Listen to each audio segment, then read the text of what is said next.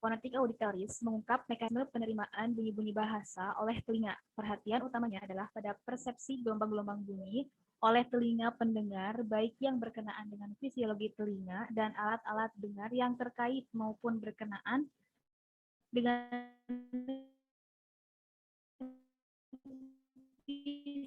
fisiologi persepsinya. Jadi phonetic auditories ini mempelajari bagaimana ketika seseorang itu mampu menangkap bunyi dengan baik, artinya bukan hanya kajian linguistik saja di alat bicaranya, tetapi juga bagaimana penangkapannya. Jadi bagaimana simpakan orang itu dalam menangkap bunyi bahasa tersebut dengan baik dan benar.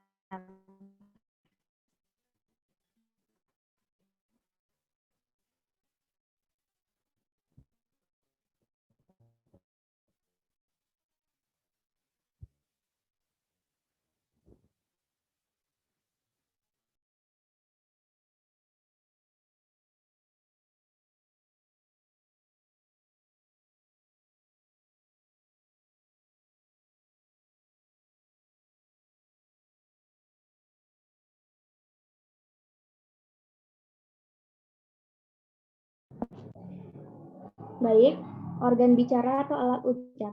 Yang pertama adalah laring. Laring adalah organ yang terletak di bawah tenggorokan dan merupakan bagian paling atas dari tabung saluran udara. Dia menyerupai sebuah ruang yang mempunyai keluasaan tertentu dan terbentuk dari beberapa tulang rawan. Di atas laring terdapat sesuatu yang menyerupai lidah yang disebut dengan epiglotis. Fungsi lidah ini adalah menjaga laring dan merupakan jalan bernapas bagi setiap kegiatan yang terjadi pada tenggorokan. Lalu yang kedua adalah vocal band atau vocal cord. Vocal adalah dua pita suara yang membentang dari laring bagian belakang ke bagian depan. Dua pita suara ini kadang terbuka dan kadang tertutup, sehingga keduanya bersentuhan dan tertutuplah tempat keluar masuknya udara. Tetapi kadang kedua pita suara ini berdekatan pada ukuran tertentu, sehingga memberi ruang untuk lewatnya udara tetapi berat dan sulit. Sehingga dengan demikian muncullah bunyi yang berirama.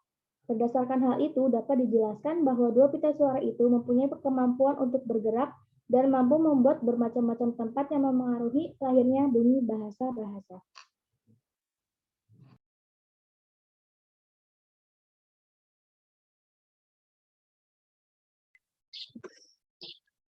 Yang ketiga, selanjutnya ada pharynx, yaitu merupakan bagian dari alat bicara yang berbeda antara hanjaroh atau laring dan mulut.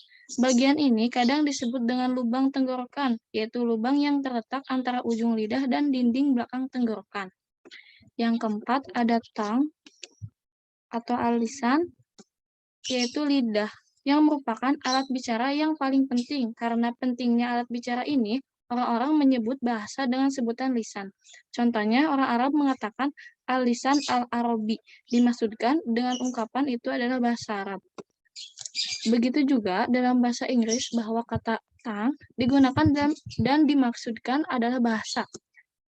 Para ulama membagi al-lisan menjadi 3 bagian, yaitu yang pertama ada back of the tongue, yaitu bagian dari lidah yang paling dalam, atau orang menyebutnya dengan aqsa al-hanak, ujung langit-langit. Yang kedua ada front of the tongue, yaitu lidah bagian tengah yang berhadapan dengan langit-langit pada mulut, dan sering disebut juga dengan istilah was al-hanak. Yang ketiga ada blade of the tongue, yaitu bagian ujung dari lidah yang berhadapan langsung dengan gigi.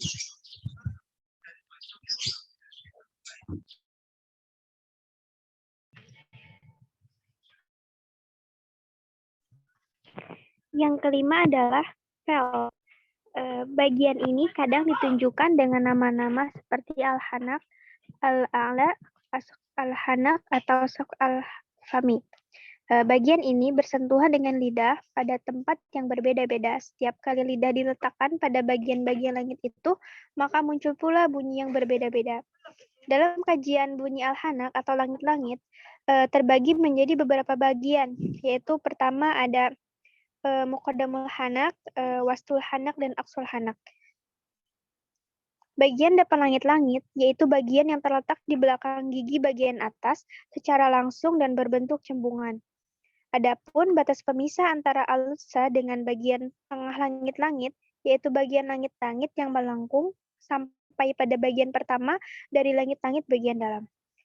Adapun bagian tengah dari langit-langit adalah bagian yang agak keras, sedangkan bagian pangkal dari langit-langit terasa lebih lembut atau lunak.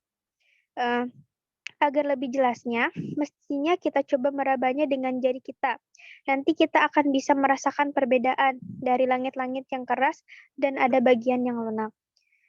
Kemudian yang selanjutnya, yang nomor 6-nya adalah Yufula atau Al-Lahad. Al-Lahad adalah pangkal dari langit-langit lunak dan Al-Lahad ini merupakan tempat pengucapan bagi bunyi qaf seperti yang diucapkan oleh ahli qiraat dewasa ini.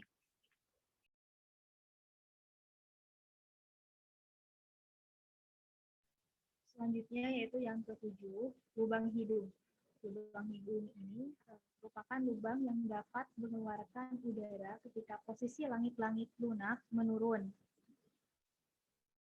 dan membuka jalan di depan udara yang keluar dari dua pita suara supaya dapat lewat melalui hidung. Kondisi seperti ini bisa didasarkan ketika pengucapan bunyi nun dan mim.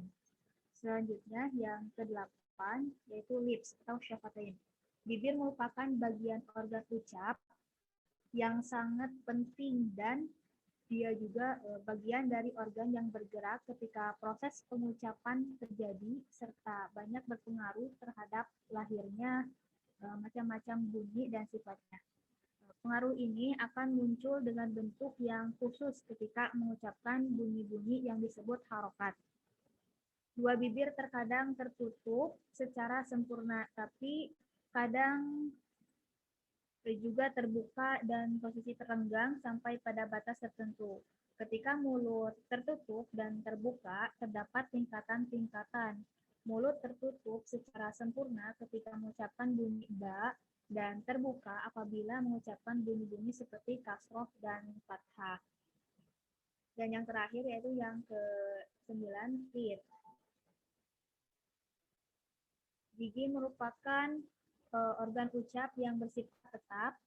Para peneliti bunyi membagi gigi menjadi dua bagian, yaitu gigi bagian atas dan gigi bagian bawah. Gigi mempunyai fungsi yang sangat penting dalam proses lahirnya bunyi-bunyi bahasa seperti pengucapan bunyi za, ta, dan fa.